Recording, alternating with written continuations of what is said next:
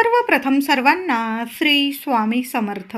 स्वामी महाराजांच्या कृपेने तुमच्या सर्व चांगल्या इच्छा पूर्ण होत ही स्वामींचरणी प्रार्थना करते आणि आजच्या व्हिडिओला सुरुवात करते. 19 डिसेंबर 2025 शुक्रवार दिवशी या वर्षाची शेवटची अमावस्या म्हणजे मार्गशीर्ष अमावस्या, दर्शवेळा अमावस्या आलेली आहे. मोठा दिवस आहे.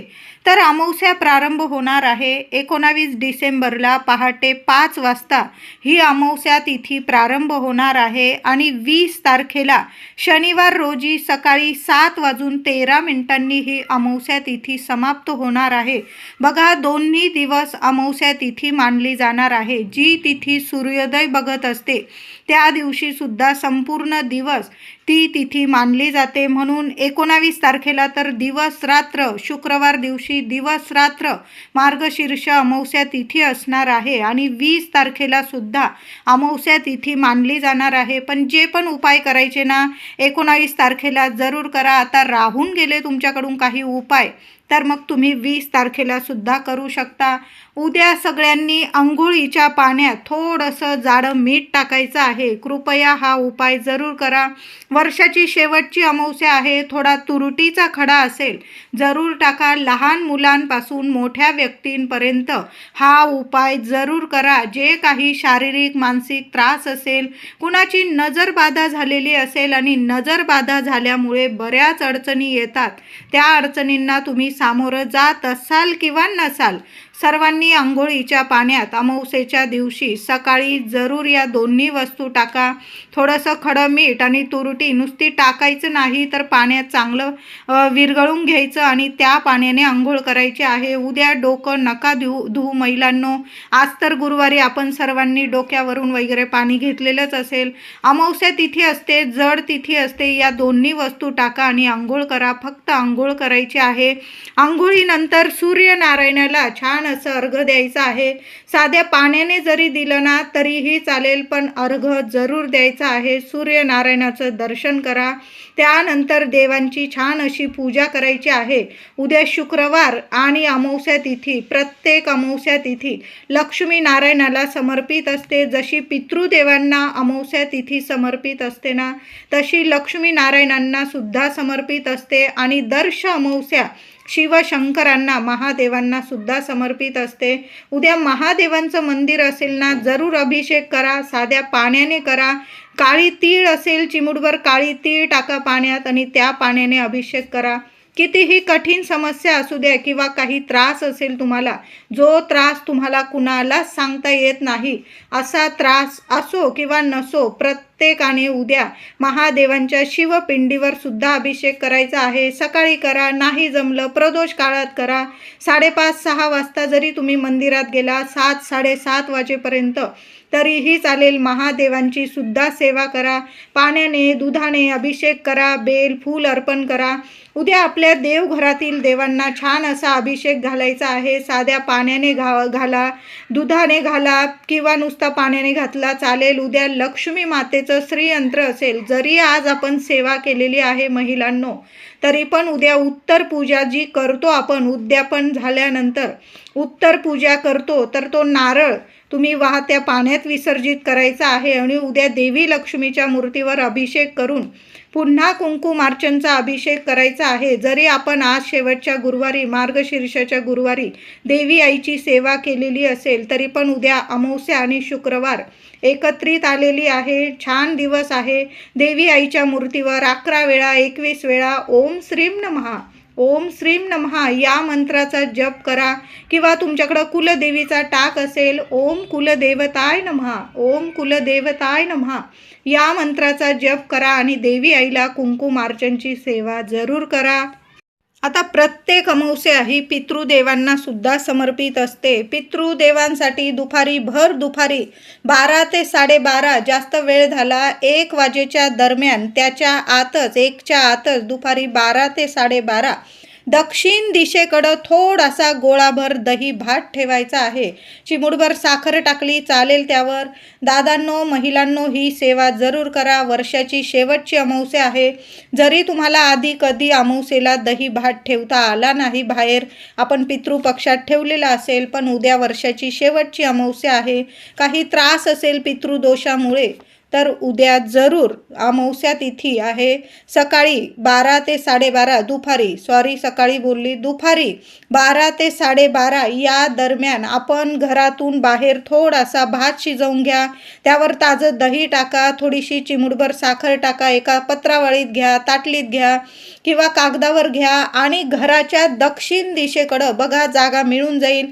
जरी तुम्हाला गच्ची असेल तर दक्षिण दिशेकडं तुम्हाला गोळाभर दही भात ठेवायचा आहे. नमस्कार करा. तुमच्या पितरांना तुम्हाला काही प्रार्थना करायची असेल ती प्रार्थना करून घ्या.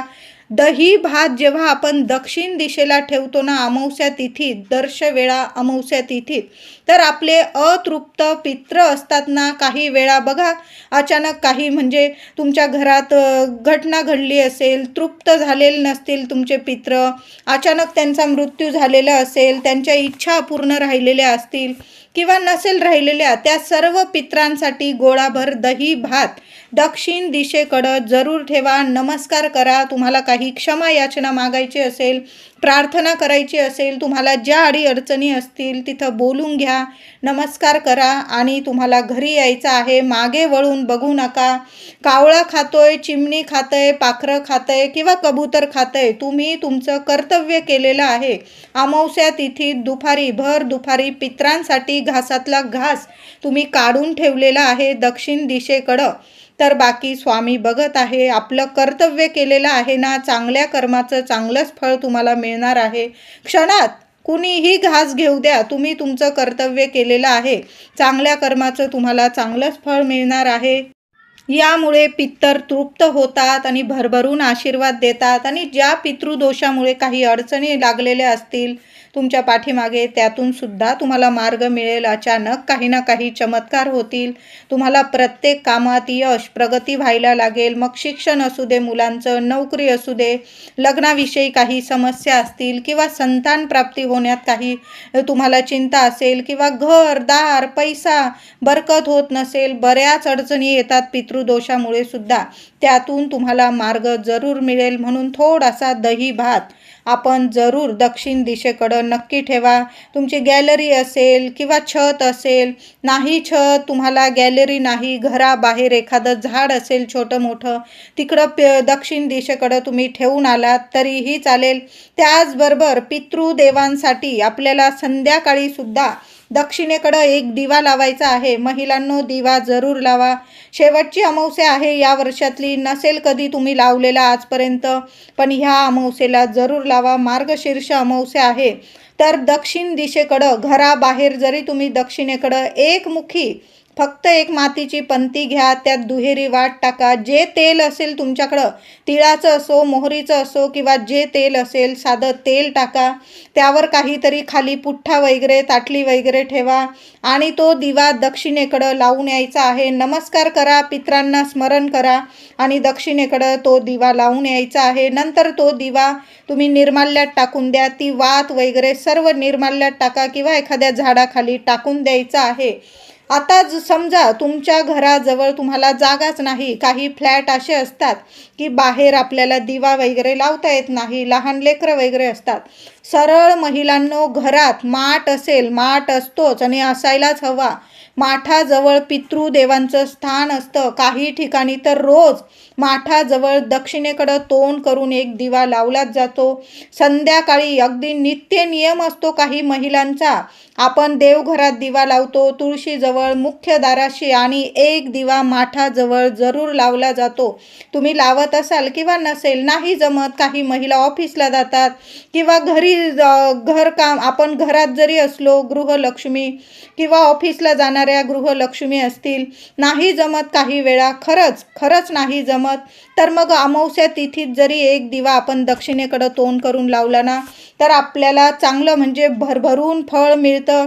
आपण अमावस्या तिथीत 12ही महिन्याच्या फक्त अमावस्येला तिथीत जर दिवा लावला ना, तर आपल्या सर्व दिवसांचं आपल्याला फळ मिळत असतं. म्हणून एक दिवा माठाजवळ जरूर लावा. पितृ तृप्त होतील, भरभरून आशीर्वाद देतील तुम्हाला.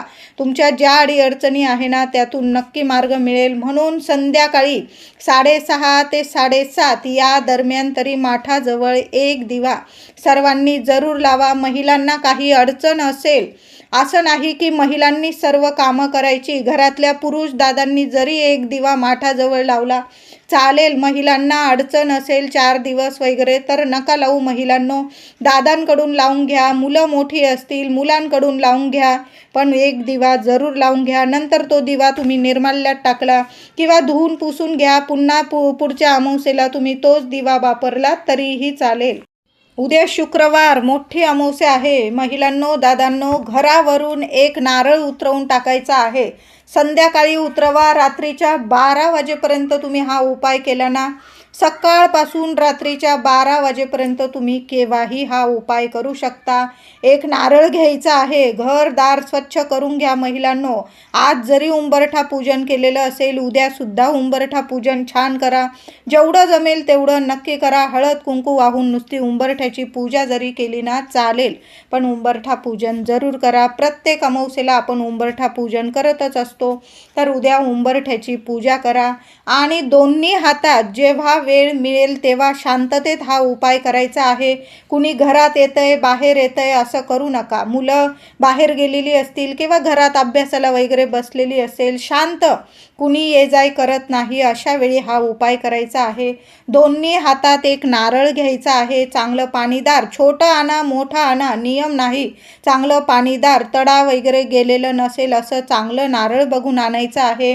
दोन्ही हातात नारळ पकडायचा आहे आणि घराच्या चौकटीपासून उंबरठ्यापर्यंत नीट 7 वेळा तो नारळ ओवाळून घ्यायचा आहे. ओवाळताना श्री स्वामी समर्थ, श्री स्वामी समर्थ, तुम्ही ज्या देवांना तुमचं इष्टदैवत आहे त्या देवांचं नामस्मरण करा आणि तो नारळ 7 वेळा ओवाळून घ्यायचा आहे. ज्या अडीअडचणी असतील, घरात काही अडीअडचणी असतील, मुलांविषयी, तुमच्याविषयी, पतीविषयी किंवा कुटुंबातील इतर सदस्यांविषयी बोलून घ्यायचे आहे आणि तो नारळ ओवाळून घ्यायचा आहे. 7 वेळा नीट उतरवा महिलांनो आणि सरळ बाहेर जाऊन टाकून द्यायचा आहे. मग तुमच्या इथं डस्टबिन असेल, कचऱ्याचा डबा असेल, तिथं टाकून द्यायचा आहे. घरात घेऊन येऊ नका तो नारळ महिलांनो, कृपया अशी चूक करू नका. आता आपण फ्लॅटमध्ये राहतो, आपले डबे, कचऱ्याचे डबे किंवा डस्टबिनचे डबे आपले मध्ये असतात, पण नारळ उतरवतो ना जेव्हा आपण अमावस्येला, तो चुकूनसुद्धा आपला उंबरठा ओलांडून मध्ये आणायचा नाही. आपण उतारा केलेला आहे, नारळाचा उतारा जेव्हा करतो ना तो लगेच बाहेर टाकायचा असतो. तो एखाद्या कोपऱ्याला, झाडाच्या खाली किंवा एखाद्या डस्टबिनमध्ये वगैरे टाकून द्यायचा आहे. मागे वळून बघू नका फुटला का काय. पण कृपया सर्वांनी काळजी घ्यायची आहे. वर्षाची शेवटची अमावस्या, सगळेजण उतारे वगैरे करतीलच आणि करावे. अमावस्या तिथी अशी तिथी असते की आपल्या घरावरील, आपल्यावरील जी नजरबाधा असते ना ती उतरवून टाकण्याचाच दिवस असतो.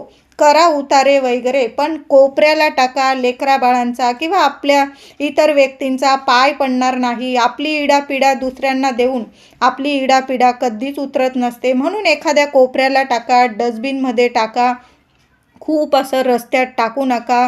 कृपया याची सर्वांनी नक्की काळजी घ्या. पण सर्वांनी एक नारळ जरूर घरावरून उतरवून टाका. शेवटची अमावस्या आहे. पुढील वर्ष सोन्यासारखं येईल.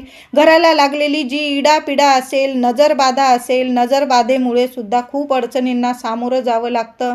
आपल्या घरात कोण येतो, कोणत्या व्यक्तीच्या मनात काय आहे, मग जवळचा असो बाहेरचा असो, कुणाच्या मनात आपण डोकावून पाहत नाही. म्हणून दर अमावस्येला असा एक नारळ जरूर उतरवून टाकावा. म्हणजे महिनाभर लागलेली जी नजरबाधा असते ना, मुलाबाळांना, घरादाराला, आपल्या उंबरठ्याला, ती नजर बाधा लगेच उतरून जाते. म्हणून असा एक नारळ जरूर उतरवून टाका. महिलांनी हा उपाय करा किंवा पुरुष दादांनी आपल्या घरासाठी उपाय आपण करायचा. इतरांकडून नारळ ओवाळून टाकू नका. महिलांनी किंवा दादांनी, कर्त्या महिलेने किंवा कर्त्या पुरुषाने आपल्या घरासाठी उपाय आपणच करा. घरी आल्यानंतर हातपाय धुवून घ्या आणि मग घरात वावर करायचा आहे.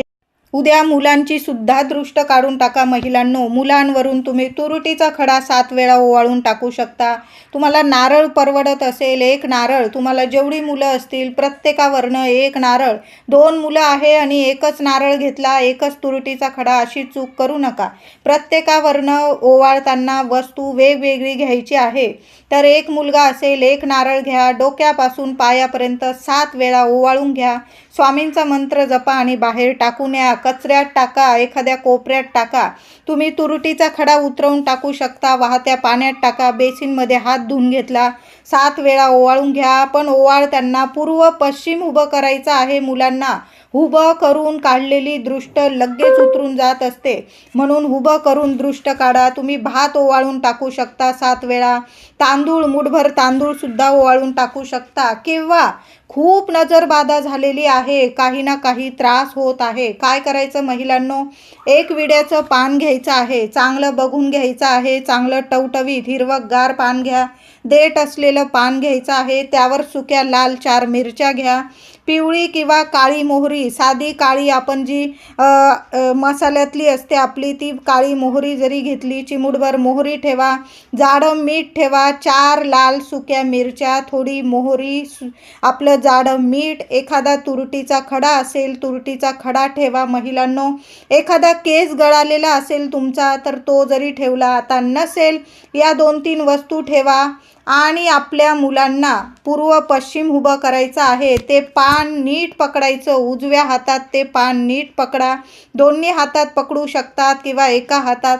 ते पान नीट मुलावरून 7 वेळा डोक्यापासून पायापर्यंत नीट ओवाळून घ्यायचं आहे आणि सरळ घराबाहेर कचऱ्यात टाकून द्यायचं आहे. तुमच्या घराबाहेर जर चूल असेल ना, चूल, पेटती चूल आहे, त्या पेटत्या चुलीमध्ये टाकून द्यायचं आहे. बघा, जशा जशा त्या वस्तू जळतील ना, लगेच लेकरा बाळांना लागलेली नजरबाधा उतरून जाईल. हा उपाय तुम्ही पतिदेवांसाठी करू शकता किंवा इतर सदस्यांसाठी सुद्धा करू शकता. आरोग्य नीट नाही, काही बाधा वगैरे झालेली आहे किंवा काही ओलांडण्यात वगैरे आलेलं आहे, त्यामुळे आजारपण आलेलं आहे, काही कामात किंवा प्रगतीत अडथळे येत आहे, तुम्ही कुणावरून सुद्धा हा उपाय करू शकता. यासाठी फक्त तुम्हाला एक विड्याचं पान, 4 चांगल्या देठाच्या मिरच्या घ्यायच्या आहे. सुक्या लाल मिरच्या घ्या, थोडीशी मोहरी घ्या काळी, थोडंसं खडं मीठ घ्या, एखादा तुरटीचा खडा पानावर ठेवा आणि पान 7 वेळा ओवाळून घ्या आणि बाहेर डस्टबिनमध्ये टाकून द्या किंवा पेटत्या चुली. घरात अजिबात ते पेटवत बसू नका महिलांनो. बाहेर एखादी तुम्ही काही तव्यावर किंवा काही जाळलं असेल त्यातमध्ये टाकू शकता तुम्ही, पण गॅसवर या वस्तू अजिबात जाळत बसू नका. यामुळे तुमच्या मुलांची दृष्ट उतरणार नाही. घराबाहेर चूल असेल त्यात टाकू शकता किंवा सरळ डस्टबिनमध्ये टाका. मुलाला सुद्धा हातपाय धुवायला लावा आणि जी व्यक्ती दृष्ट काढेल, आई, तिने सुद्धा हातपाय धुवायचे आहे. हा उपाय करताना या नियमांचं पालन जरूर करा. नारळ उतरवून टाकाल, हातपाय धुवून मग घरात आपण प्रवेश करायचा आहे. तुमच्या घरात किंवा दुकान असेल, व्यवसाय असेल, ऑफिस असेल, बरकत होत नाही, नजरबाधा झालेली आहे, तर काय करायचं आहे महिलांनो, दादांनो, तुम्ही 1-2 तुरुटीचे खडे घ्या. चांगले मोठे तुरुटीचे खडे घ्या. त्यावर 5 लवंगा ठेवायच्या. त्या तुरुटीबरोबर एखाद्या तुम्ही कपड्यात बांधा किंवा एखादे तुमच्याकडं बाऊल असतील, मातीच्या पंत्या असतील, काचेच्या वाट्या असतील, त्यात ठेवायच्या आहे त्या वस्तू. 5 लवंगा आणि 1-2 तुरुटीचे खडे. आणि तुमचा व्यवसाय असेल, दुकान असेल, एखाद्या कोपऱ्याला तुम्ही ठेवून द्यायचं आहे. आज या वर्षातली शेवटची अमावस्या आहे, मोठी अमावस्या आहे, मार्गशीर्ष अमावस्या शुक्रवार दिवशी आल्यामुळे जास्त महत्त्वाची आहे. घरात काही ना काही कटकटी होत असतील, पैसा टिकत नसेल, आर्थिक नुकसान होत असेल, आजारपण असेल, कामात यश मिळत नसेल, मुलांना अडचणी येत असतील, तर काय करायचं आहे, एक नारळ लाल कपड्यात घरात बांधून द्यायचं आहे। यासाठी तुम्हाला लाल कपडा लागणार आहे। एवढा कपडा घ्यायचा आहे ज्यात तुम्ही नारळ नीट बांधू शकता। यासाठी तुम्हाला एक नारळ, 2 विड्याची पानं, 1 सुपारी, 1 पैसा, थोडेसे तांदूळ, एखादं फूल या वस्तू लागणार आहे। कळालं असेल? एक लाल कपडा घ्या, त्यावर आधी 2 विड्याची पानं, 1 पैसा, सुपारी मांडून घ्यायची आहे त्यावर, आणि त्यावर नारळ ठेवा। थोडेसे मुठभर तांदूळ ठेवायचे आहे। हळदी कुंकू वाहून पूजा करायची आहे। आपल्या कुलस्वामिनीचं स्मरण करा, माता लक्ष्मीचं स्मरण करा, तुमच्या इच्छा बोला, तुमच्या समस्या बोला ते नारळाला हातात धरून, आणि त्या लाल कपड्यात या सर्व वस्तू नीट बांधून घ्यायच्या आहे। आणि घरामध्ये आतून, मुख्य दाराच्या आतून तुम्हाला, आपण जिथून ये जाय करतो त्याच्या डाव्या साईडला, आपण घरात उभं आहोत, आपल्या डाव्या हाताला ते नारळ वरती आतून बांधून द्यायचं आहे। बघा, एखादा खिळा असेल, काहीतरी करा आणि एक नारळ आज लाल कपड्यात जरूर बांधून द्या। चांगले परिणाम तुम्हाला दिसून येतील। नारळ बांधताना पॉझिटिव्ह विचार करायचे आहे। माता लक्ष्मीला तुमच्या समस्या, इच्छा बोलून मग तो नारळ बांधायचा आहे। कुलदेवीचा आशीर्वाद असतो नारळ, आणि अमावस्येला असा नारळ जर तुम्ही बांधला ना, खूप प्रभावी ठरतं। तुम्ही प्रत्येक अमावस्येला पण हा उपाय करू शकता, किंवा वर्षाने, 1 वर्षाने, पुढच्या वर्षी जरी तुम्ही वर्षाच्या शेवटच्या अमावस्येला हे नारळ बदलून टाकलं, हे नारळ वाहत्या पाण्यात सोडा, पुन्हा असाच एक नारळ लाल कपड्यात बांधून द्यायचा आहे। वर्षभर तुमच्या घराला एक रक्षण कवच मिळणार आहे। कशाचीच कमी राहणार नाही। कुलदेवीचा आशीर्वाद तुम्हाला राहणार आहे कायम। म्हणून आज सर्वांनी फक्त 4 दिवस वगैरे असतील, 5 दिवस असा उपाय करू नका। मग माझ्या दादांनी जरी हा उपाय केला तरीही चालेल।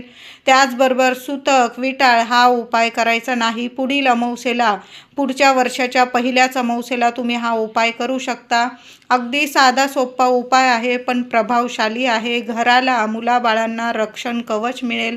कधीच कुणाची नजरबाधा होणार नाही। पुढील वर्षी ते नारळ बदलायचं आणि नवीन नारळ असाच बांधायचा। दर अमावस्येला सुद्धा हा उपाय करू शकता। अनुभव चांगलेच येणार आहे। चांगले परिणाम घरात दिसून येतील। व्हिडिओ आवडला असेल लाईक करा, शेअर करा, चॅनलला कृपया नक्की सबस्क्राईब करा। धन्यवाद।